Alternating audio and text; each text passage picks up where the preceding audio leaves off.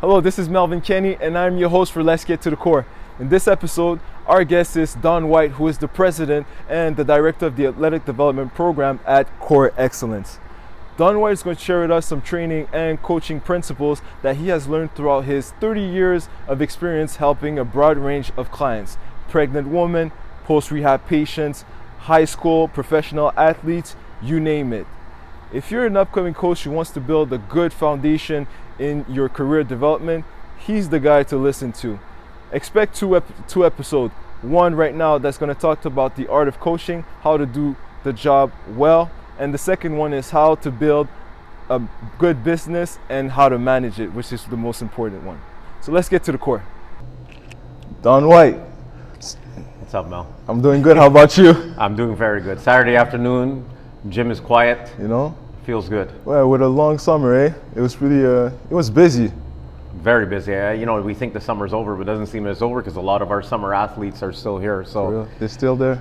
Thank God for that, because thing, I guess it's a good thing that we've been very busy, and not from a monetary standpoint, but I think it does a lot of mental well-being. It's very good for the mental well-being of our clients and athletes to be able to get into the gym, to work out. We know this is great for their health, both mentally and physically. So I guess you could say we're fortunate, they're fortunate that we can make this happen the way it has been happening this summer. Yeah, for sure. I mean, it's a good thing that I guess like the athletes can see like, okay, we're moving forward. We're not staying at a place, and they get to move to to reach their goals. 100%. We just got news. I think that NHL is probably starting later than it was supposed to. So a lot of the guys, as much they're disappointed with that. So now it's another challenge for us as strength coaches to be able to manage their extended summer training. Without overtraining them, but always keeping them engaged and making them feel like they're ready to go at any time. Yeah, actually, I find also it's it's a challenge also for us to help them, because their summer camp is longer for that. So things has changed also for us. Absolutely. But again, it's a learning experience. I'm not going to take it as a negative thing. Some might take it as a negative thing. I'm not. We were faced with challenges. The team that we have here stepped up. I think we did a great job. We're also very fortunate to have great clients, great athletes that are here with us. So I think everybody learned something from it. We all grew from it, and let's move forward. For sure. One thing the reason why I have you at Let's Get to the Core is because you've been in the game for 18 years. 18 years, and when I think about it, that's more than that, eh? I like that, because if it's 18 years, that means I'm probably like 37 years old now. So I like this guy, Mel. That's why now I know why I have you in the team. So now that I'm a young 37, I love that. 37 man who has a lot of experience. So you have a lot of experience, and you have a lot of experience in the craftsmanship of coaching, the art of coaching, but also in the business aspect. And for today, what I want to focus on is really on how to do the job well before you even think of like how to manage the business. So that's why I have you here. Two very important factors. I'm not sure which is more important than the other, because a lot of people see a gym busy and they say, I could do that, and they want to jump into business. So I'm anxious to try to share some insight in the business aspect as well. So I'm looking forward to this. Thank you. Cool. Thanks for having me. All right, it's my pleasure. Yeah, thank you. I want to thank you for that, honestly. So let's get to the core. So I mean, the first question that I have for you is like, when you look at the CoreXcellence training system, is there's a lot of components inside of it, but one thing that you really put emphasis on is on assessing. Could you explain why you assess in all areas of the training system of CoreXcellence? Well, this can go way back. I think we said it was like 18 years. You said 18 years, but actually 18 years was, we were talking before, that was when I went to probably one of my last Perform Better summits that I went to back in the day. But I just realized back then that if you don't know what's going on, how could you program? How could you program? Yeah. I'm thinking it's 18 years ago, we were there, and Sue Falsoni was talking, and she says, if you don't know your functional anatomy, not just your anatomy, but your functional anatomy, so how does the body react to movement, you're going nowhere. You're running blind. And then it made me think a lot. So when I came back to Montreal, I said, okay, back then I was 37, I guess you could say. Already maybe I don't know, 15 years into the business at that point. And I said to myself, okay, now do I go back to school and go into exercise science and relearn this? Obviously it wasn't convenient at that time, so I just delved in and I read and I read and I read and I studied and so on and so forth. And then as time went on, I was always trying to challenge myself from people around me. Yes. Danny Roberge back in the day had his master's in kinesiology, very smart guy. And I consider him one of my mentors, even though he was probably 10 years younger than I was. Yes. Okay, because he had a lot to teach me. And I listened to him, and this was when ART first started, way back when, before it was even popular, he was using it. And I was trying to understand, and then we learned about fascia, Gary Gray, Shirley Sharman taught me a lot about how the body moves. So I guess you could say Sue got me, I don't know, that was like the lit kickstart. something. Yeah, that's the kickstart. Like made me realize, like, as much as like we were doing well back then and training a lot of people, and as much as you say like, oh, I'm doing well, why do I need this for? It made me realize, oh, this is just one hole in my game. Yeah. And it wasn't like a hole. I realized I was sinking like the Titanic, because that's a big thing, that it's a huge part of it. So we worked hard on that. And if you just carry that forward, maybe 15 years after that, you know, I met Aura, who's the clinic director. She runs a clinic. And then talking to her, and I saw we were on the same wavelength about how to deal with clients. And I said, I got to get her in here. I need somebody who is going to make anatomy and treatment solid in the CoreXcellence system. But that kind of helped you in your career, like having a aura to help you with anatomy. 100%. You know, if you think you're going to go into this game and be uber knowledgeable in every field, you're mistaken. And I think that's a shortcoming of a lot of coaches, is they try to be everything. Right now, is it because they're maybe insecure and they don't realize that, or they don't want to accept the fact that someone knows more than me? Hey, if I'm the dumbest person in the room, I'm getting smarter. Yeah. Because I'm feeding off of everybody else. So I love that. Yeah. You know, so Aura came in, she came from Cirque du Soleil, and she did it with the circus school and everything like that. And she's an osteopath, athletic therapist. Did she teach me a lot about anatomy? Huge amount. Did she bring my game up? 100%. Yeah. And I'm forever thankful for that. And the same as I taught her a lot about strength and conditioning. So when she's treating somebody, she has a better understanding of what goes on here on the performance side of the gym, as opposed to just laying somebody on a table and doing table assessments. But that's the cool, that's the really the interesting thing that I like about that, is that is how CoreXcellence and the CoreXcellence clinic goes together, and how at the end of the day it's not only about, okay, I'm just going to treat those people and that's it.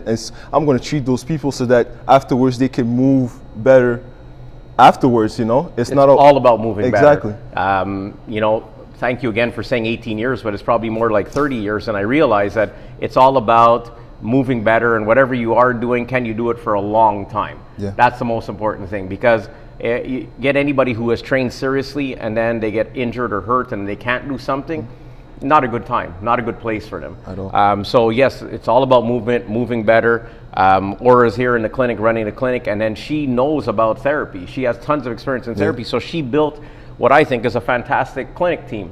So I'm very happy for that, because that clinic team is making my coaches on the performance side that much better, because we're all challenging each other. Yeah. I think one thing also that's really good is that you've learned about anatomy from the clinic, but one thing that I really like from your coaching is that you have a really good vision. So sometimes when you have interns, or when you have me just beside you watching when you're training people, you see things that sometimes I don't see and that other people don't really see. How do you develop like a keen coaching vision when you help your clients? Can we sum it up in one word? Time. Time. It definitely takes time. Yes, it takes time. It definitely takes time.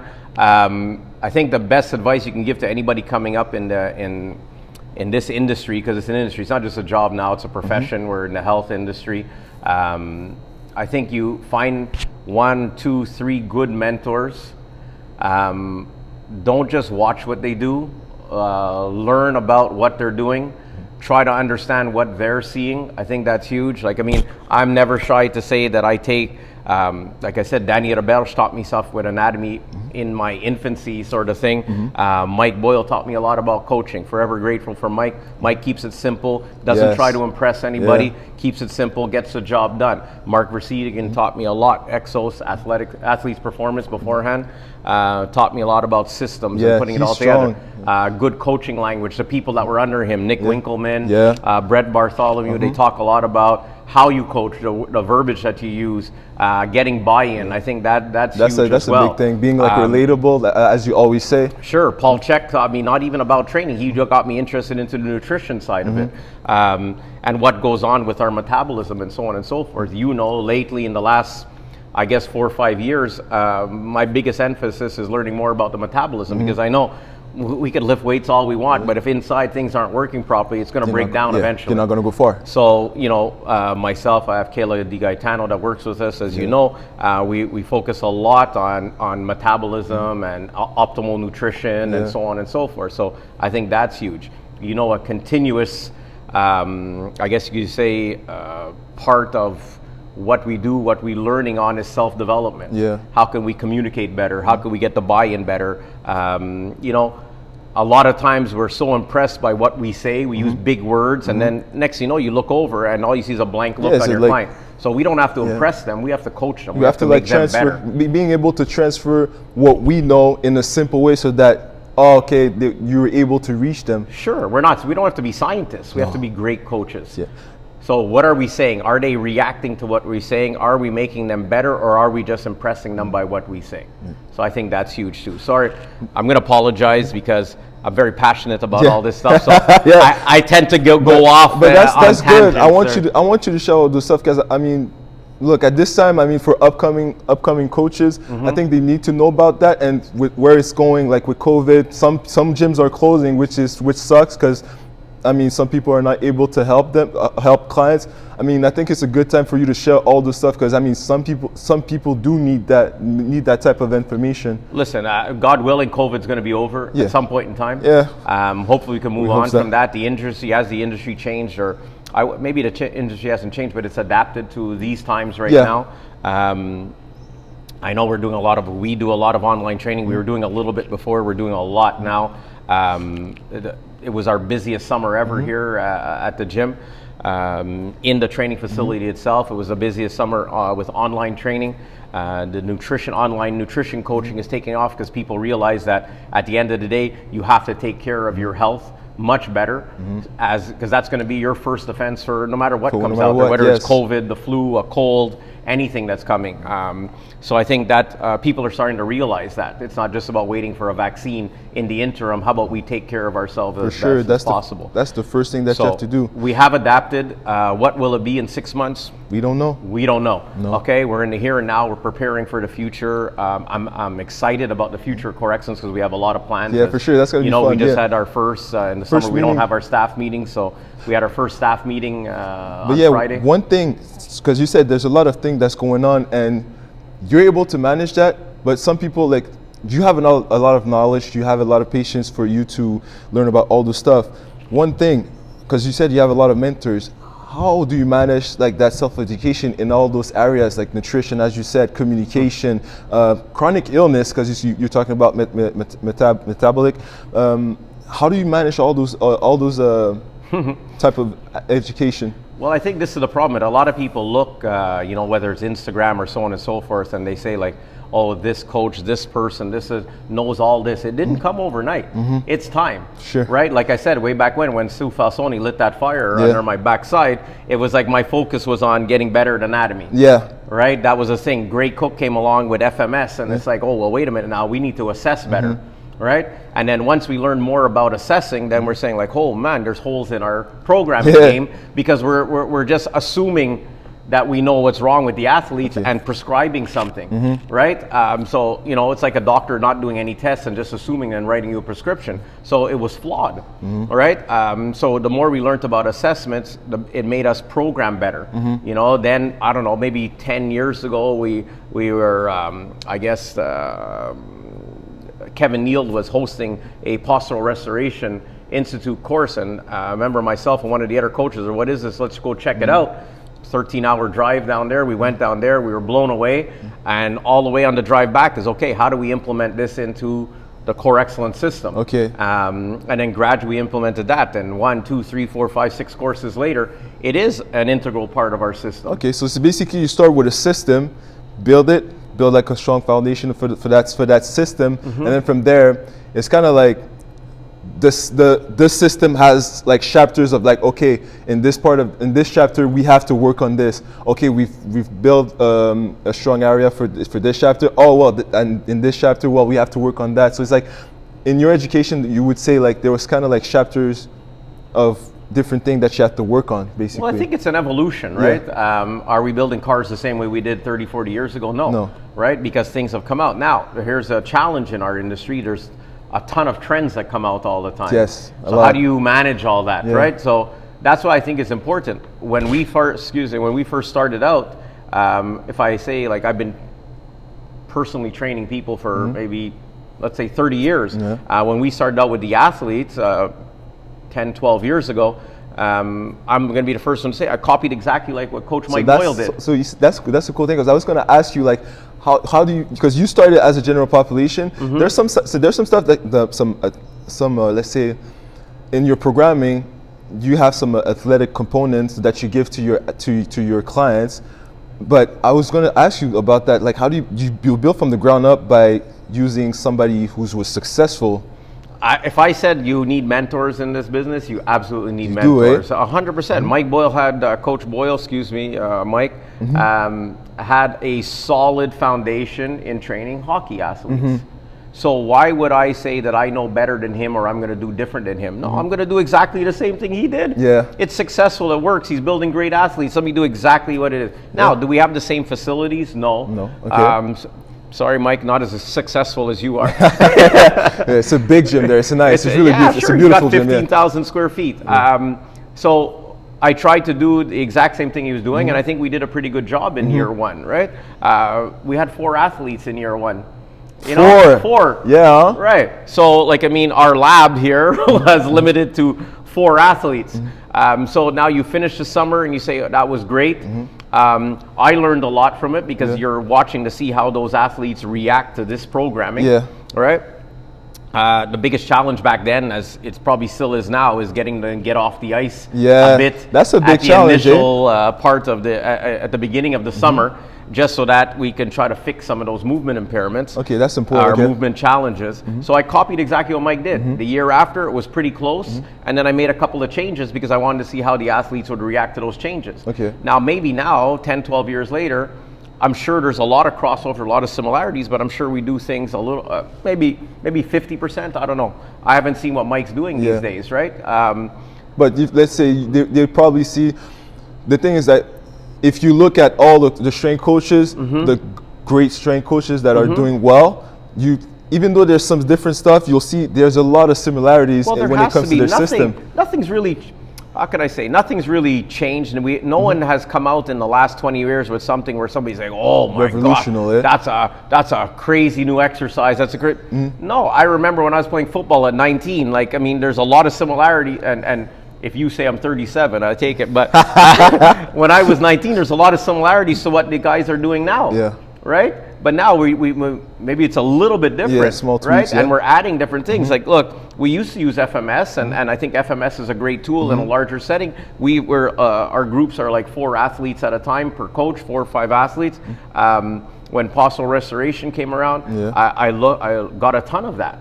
I got a ton of knowledge from that, and that's been integrated into our system. We had the privilege last year of having Derek Hansing, running mechanics, coming in here. He was really good. Do I think it's important? Yes, because are we training sprinters? No. But we're training athletes that do generate a lot of power out of their upper body also, so there is a lot of carryover. So am I training guys to do the 40? No, we're not. We have a couple of football athletes here. We have a lot of soccer athletes, like a ton of, hockey. You take care of the soccer for us. And fall is big for soccer right now. We have a lot of hockey athletes, but all of those can generate a lot of power in their upper body. There's a lot of carryover from those running mechanics, so I was glad to have Derek in here last year. the metabolic health stuff. Like our athletes, some of our athletes are like exceptional with their nutrition. Yeah. Oh, they are on point, and you see it. Sure. You see from the habits, and you see it from the way like body composition changes, the strength gains. Somebody asked me the other day, but Don, do you honestly expect your athletes to get stronger every week in the summer? I said, yeah. And he goes, well, why? Why? I said, because they have been. Right? It's not something new. Just like every week, from week to week, the numbers are going up, their speed is increasing, their verts are increasing, albeit marginal. Well, marginal. If you go up 20 pounds in a squat in 1 week, I'm happy. Now, could we sustain that all year round? Hell no. Hell no. Right? But in the summer, those anywhere between 8 and 16 weeks that we have the athletes, and unfortunately now it's probably up to 20 weeks. Yeah, 20, eh? Yes, we have gains on a weekly basis. So one thing, there's one thing about that, because you know how you're saying how they're improving in the gym, but it seems like sometimes athletes and parents, they're kind of they want their kids to like show off in showcases during the summer. When probably I was wondering, like, what was your thought on that? Because what's your thought of parents and athletes being putting some attention into that, and when would be the right time for them, the age, just when would be the right time for them to take into consideration going to showcases? It's a touchy subject. I'll be honest with it. I'll be honest with you, excuse me. Listen, at the end of the day, my thought is always take time away from your sport in the summer. Yeah. It's not about, and we have goalies, we have soccer players. It's not about being a bodybuilder in the gym. Okay? Build yourself up to be more powerful, faster, and as resilient as you can be for the upcoming season. Leave the other, most people, I'll take hockey athletes, they're broken down by the end of the summer, or by the end of the spring with hockey. My thing is come back and really show a difference come September and be able to continually maintain, if not even get better throughout the season. Like I look at, I don't know what percentage, but I say a vast majority of our athletes, they don't get injured during the year. Yeah. So I'm happy for that, right? Which is success. Which is one key, let's say, a key of success as a coach.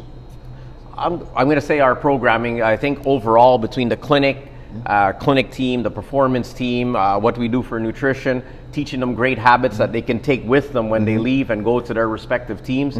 I think there's a lot of components to that. I'm very happy. I'm very proud of that. Because I think that's what it is. We're teaching them great habits, teaching them great self-care. Some of the goalies, my hip's getting tighter. Well, you remember when we did this breathing technique. We did this lacrosse ball. We did this stretch. We did this movement to open up the hip. And they remember it and they do it, and then you get a message back, Don, I feel great, or whatever the case be. I think it's fantastic. It's a great thing, yes, because even I think when you think about XCAD, we build athletes, but at the same time, we build people that are autonomous at the end of the day. That's huge. I remember when I think the whole team went to Exos for mentorship. I'm going to say about 8-9 years ago, and that's what it is. Make sure that you're building autonomous athletes. Right? And we say athletes all the time. We had John Goldstein and his team in here with marketing and so on and so forth. And he says, Don, all your clients are athletes. And I go, wow, we have professional, we have amateur. He goes, Don, your everyday clients are athletes. They're not normal everyday clients. And you don't realize that because you're in it. But then when you step out of it and you hear clients come, I went to do a class here, or I went to go train with my friend here. I was correcting them on the form, or I was showing them how their hip should be when they're squatting. Like, that's fantastic. That's really good. That's fantastic. But I think the cool thing also, because that's the way you said it, that's really cool. We are all athletes. When you think about it, we have athletes that wants to win in their game, in their sports, but we have adults that wants to win in the game of life.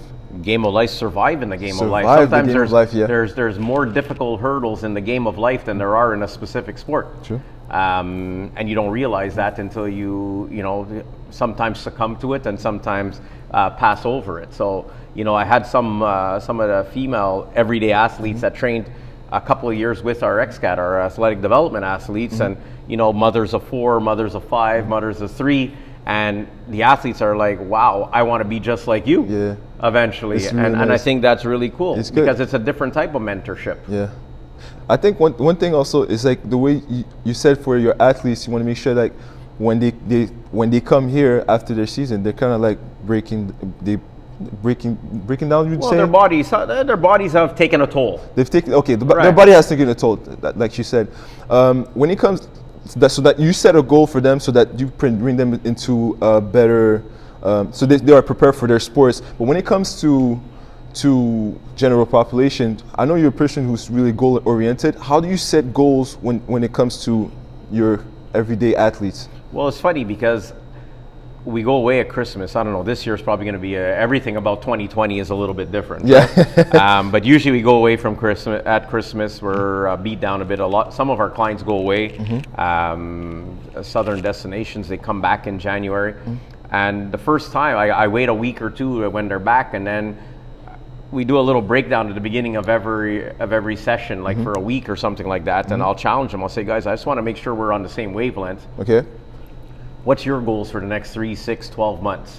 I said, because if I'm heading in one direction, but you want to go in a different direction, it's not going to work. I see what you mean. Right? So I'll sit down at the beginning of January and then probably revisit it. I usually revisit before our summer athletic development comes in. Okay. In late spring, to make sure we're still on the same page. Also because I know summer is very taxing on everybody. The gym is packed. And sometimes it's easy to get away from ourselves. I know a lot of the everyday clients, they see the athletes moving around, and it's like the energy, the culture in here, I think it's always good. I think it goes up to another level in the summertime. So I just want to make sure that everybody is still moving on the same page. So I do it for my clients. I challenge you guys to do it with your clients. Thank you. And I think just to make sure everybody's on the same page, because it's important. And I sit with Aura, again, for the clinic, make sure that we're on the same page with a lot of things too. Okay. So if it's not our staff meetings every Friday that we have, then I'll sit with Aura on a one-to-one basis and say, okay, what's going on with this? What's going on? Do we need to meet for this? And so on and so forth. So from the two teams, whether it's clinic and performance, to sitting down with the clients, I think it's something that we should do periodically to make sure. But the one thing that really caught my attention is the way you said is that when you set the goal, you give them, you give some of what you think they need, but at the same time, it's what they want at the same time. So you know how to manage that. We try to balance it out. At the beginning, give them a lot of what they want and a little of what they need. Yeah. And then as you create more buy-in, you're going to be able to give them more of what they need and make them realize that's what they want. Okay, I if see. that makes sense. Does that make sense? Yeah, it makes sense. And that's the way it is. You're going to have to play with that a bit, and you might butt heads at some point. So then you might back off a bit and then come back to it, because as strength coaches here, I think everybody here has a lot of experience. Yes. You've been around to different places. We have a soon-to-be national champion power lifter. We have soccer player. We have football player. So our team is quite diverse, and at the same time, I think they all have experience in their respective fields. So I think we've seen a lot, and even through the eyes of myself or Oz or Aura or everybody else who has that much more experience, I think we're pretty competent in guiding clients accordingly. I like that you said that, but also it just shows how, let's say for upcoming coaches, yes, you have to know your anatomy. Yes, you have to read your books so that you know how to be a strength coach, but at the same time, how communication is really important. It's huge. Like I said, the buy-in is huge. What's the best, like somebody asked me the other day, Don, what's the best advice you give somebody for marketing and getting their name out there? And I said, results. Yeah, results. Because if you're getting them the results that they're asking for, or the results that they need, can't get better marketing than that. And you'll never get more buy-in than that. So that's a little sneak peek for our next interview about business. So that's good, but that's a good thing that you said right here. Right. So setting goals, you do your goal, you do your program. One thing that I saw that I really observed when you do your athletic development or when you train your everyday athlete is that you put emphasis on doing on the strength exercises with full range of motions. And you see on researches they talk about like different variation of squats, like half squats, and but one thing is, it's like, why do you put in all phases of your program, why do you put emphasis on full ranges of motions? Well, listen, if you look at Lay, who's a power lifter, do we do box squats? Yes, this and that. And are we going to do all these different variations 100%? Do some of the Olympic lifting, do we pull from the hang position and some from the floor? Okay. Yes. I think variation is key. Ultimately, being able to move through a broad range of motion, so having as much mobility / flexibility, were two different things, but being mobile enough to move through a broad range of motion and be able to create stability throughout that range of motion is huge. Okay. And I think that's what we forget. Sometimes we put too much emphasis on being flexible, but then we don't have stability at those end ranges. And that's sometimes where we get hurt. Okay. So yes, I want full range of motion, more as an injury prevention. Some of the guys say, yeah, but Don, sometimes I don't stride this low. I said, well, what about that one time when you're going to go to reach for the puck and you have to get that low? Okay. Are you going to be there? Are you going to be able to get there? Yeah. If the body was never taken there, it probably won't know how to react when it gets there. So I think that's very important. And coming from a martial arts background like myself, I know how important that is. I definitely know how important that is. So. You know what? It's good that you talked about you gave a context about to the athletes when you try to coach them. And one thing is that some coaches we spoke to some coaches and they're going to ask us, like, okay, well, what do you do for this sport? So do you train that athlete differently than the other? But there's one time in one meeting that we had, you said we don't train sport specific, but we coach sport specific. Yes. And could you elaborate on that? So many different examples for that. I had a couple of goalies there the other day, and could I talk to them about internal rotation of the femur on the hip? Do I talk to them about that? Would I talk to them about staying tall through the T-spine and stuff like that, or thoracic mobility and so on and so forth? No, but I'm going to say when you get down in your butterfly position and the puck is maybe at the top of the circle and you're in your butterfly, you want to stay as tall as possible through your upper body. You want to be able to get your pads to cover as much as you can. And then when they're doing all that, they're getting to where I wanted them to get without using clinical terms that they won't understand. They can't relate to that. They can't relate to that. When we're doing, let's say, a 90-90 PRI, and I'm saying, well, I want you to squeeze the ball in, and then they come out of that, and then I set them up in their butterfly, and they notice that they can get into that position better, they're going to do that. But if I just teach them a 90-90, there's no context for it. But you know what? There's context, but also is that at the end of the day, we want to make sure that, yes, we make strong athletes, but at the same time,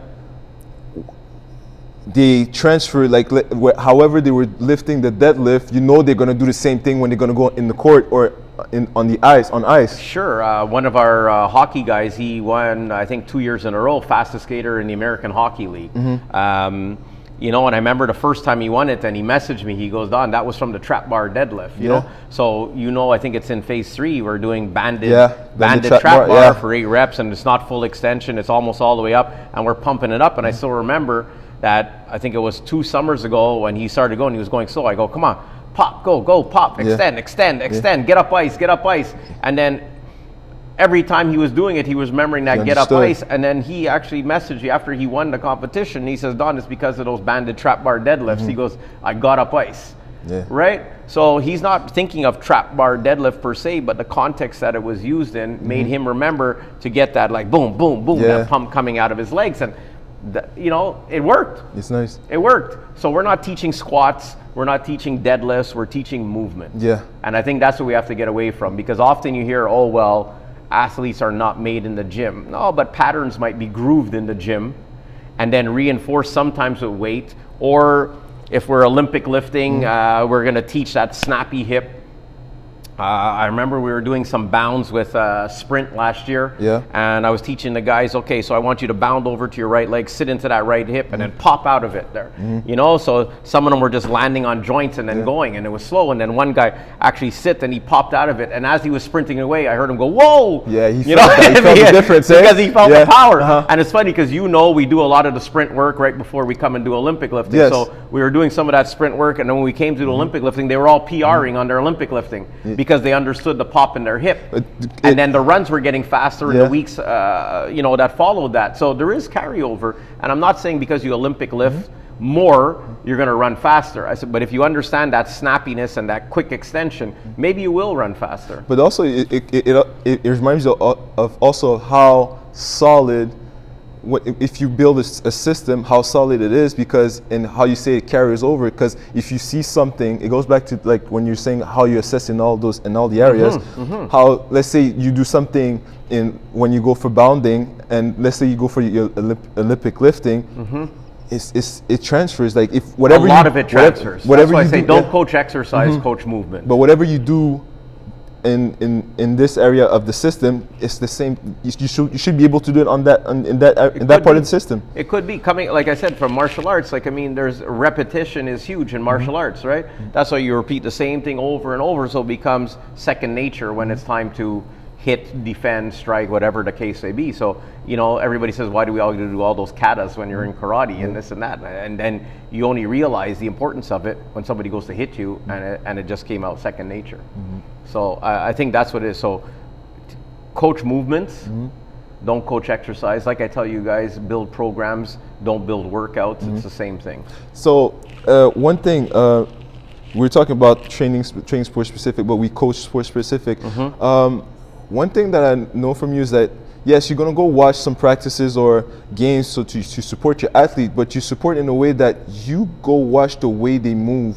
100%. What do you look at when you watch them move in their sports or comes to the same thing. If you can't assess and know what's going wrong, how could you program? If you don't understand their sport, how could you tell how what we do here can implicate their sport? You know, so I think it's the same thing. You know, like you know, are they not snapping in their hip when they're shooting? You know, when they're doing their crossovers. Like, I have one girl, phenomenal skater, probably one of the best female skaters I've ever seen. And I went to go see her, and I told the dad, I said, but she has a hard time turning left to right. I said, I see there's a huge deficiency, like there's a huge drop off, you know, and I said, we got to look at that. And then when she was coming in here and we were doing single leg squats, you know, we changed the way we do it. Yes. Now we go right, left, we alternate our single leg squats, because I find that it's easy just to sit and find a place and then get into a groove. So we alternate, because that's usually what they do in their sport, right? And then we saw, like, there was a huge setup time every time on that left. What I say huge? There was no setup time here, and there was here. She was sticking to right. She's taking time. So and then we worked on that, and that's something that. And then I said, this is something that we could work on. And then after working on it, then we gotta talk to her about it and say, like, now to go use it, because that's another thing. You can give them all the tools. But until, like, we get a lot of girls, hockey players, they have the bad habit of bending over too much when they skate. And it's because when they were younger, they're asked to do things that they didn't have the strength to achieve, right? So once we build up that strength and we teach them to sit low, sit low, sit low, so that this way when they're working their edges, they don't slow down. Now, like, you get them there and you say, okay, now you got to buy into it, you got to use it. Right? And then, so maybe we talk to the coach or whoever does their technical thing. Maybe they needed a short stick because they bend over when they skate. Maybe they need a little bit longer stick now because they're able to sit more upright. Who knows? Like, there's those subtleties that we've looked into in the past. That's interesting. One thing. So when you see somebody, when you do XCAD, when you just train your people, honestly, you're a hard judge. I mean, you're hard to impress. Let's say you're kind of hard. Don't impress me. Just get better. You know, that's what. But I'm nothing. Just get better. Yeah. But what would you say is what is the quality of, like, a great athlete? Because some people that would like to know. They say they want to know. What's the quality of a great athlete? Yeah. What's the quality of a great, like, let's say adaptability. I guess that would be a huge. How do you adapt to your environment around you? Hockey player, if he's with somebody who's shifty, can you be shifty? When you're with somebody who's heavy and strong, are you still going to be able to hold them, block them, prevent them from cutting into your goalie, stuff like that? Like I said, somebody's a little shifty, can you move with that? I think that's with all of us, right? Even in life. As a coach also. As a coach, but that's it. So whether it's life, whether it's coaching, whether it's your sport, can you adapt to the environments around you? Or the environment that you've been put in, can you adapt to that? So I think that would be a good quality to have. Yeah. Right? And if you haven't had enough diversity or been exposed to enough diversity, sometimes you don't have that ability to be adaptable. Does that make sense? I'm not sure if that makes sense. I mean, you have to be exposed. Like you kind of don't know. That's much. why we don't just do one squat or one type of squat or just one Olympic lift, or I think that's why we have the breathing, we have the sprinting, we work a lot on regeneration, nutrition is huge. I think you have to have all that to make you more resilient and adaptable. So I think resiliency and adaptability, those are like two key. I think so, and they're kind of interwoven in a certain sense. So I see what you mean. Well done, Coach Don. It's pretty much, we're done with, that's all the questions that I have for you when it comes to 2 meters. I mean, we're good. We're good. Good. Hey, thanks for that bashi. But yeah, I have to thank you for the insights that you have when it comes to like the art of coaching, and for sure we're gonna have another interview when it comes to business, because I mean we covered when it comes to the job. Now it's like how to handle the business. So I'm pretty excited for that second part. Looking forward to it. I hope I gave enough insight to some people. I'm in great company, obviously, with Coach Mike Boyle getting in there before me, one of my mentors. So I'm honored to be in that same list. Thank you very much for that. Yes.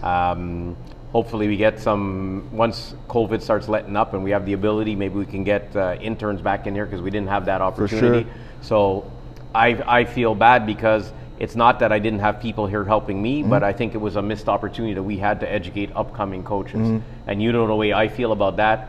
CoreXcellence has done very well in helping a lot of people, but I also think it's our job as coaches to give back and make that path a lot easier for those that are coming after us. And that's the cool thing that I really appreciate from you, is that you're doing pretty well with CoreXcellence, but you're giving back to other upcoming coaches, which is really cool. You did for me. Sure. Well, we're making our industry that much better. Yeah. I think more and more people are relying on us for their health, mental, physical.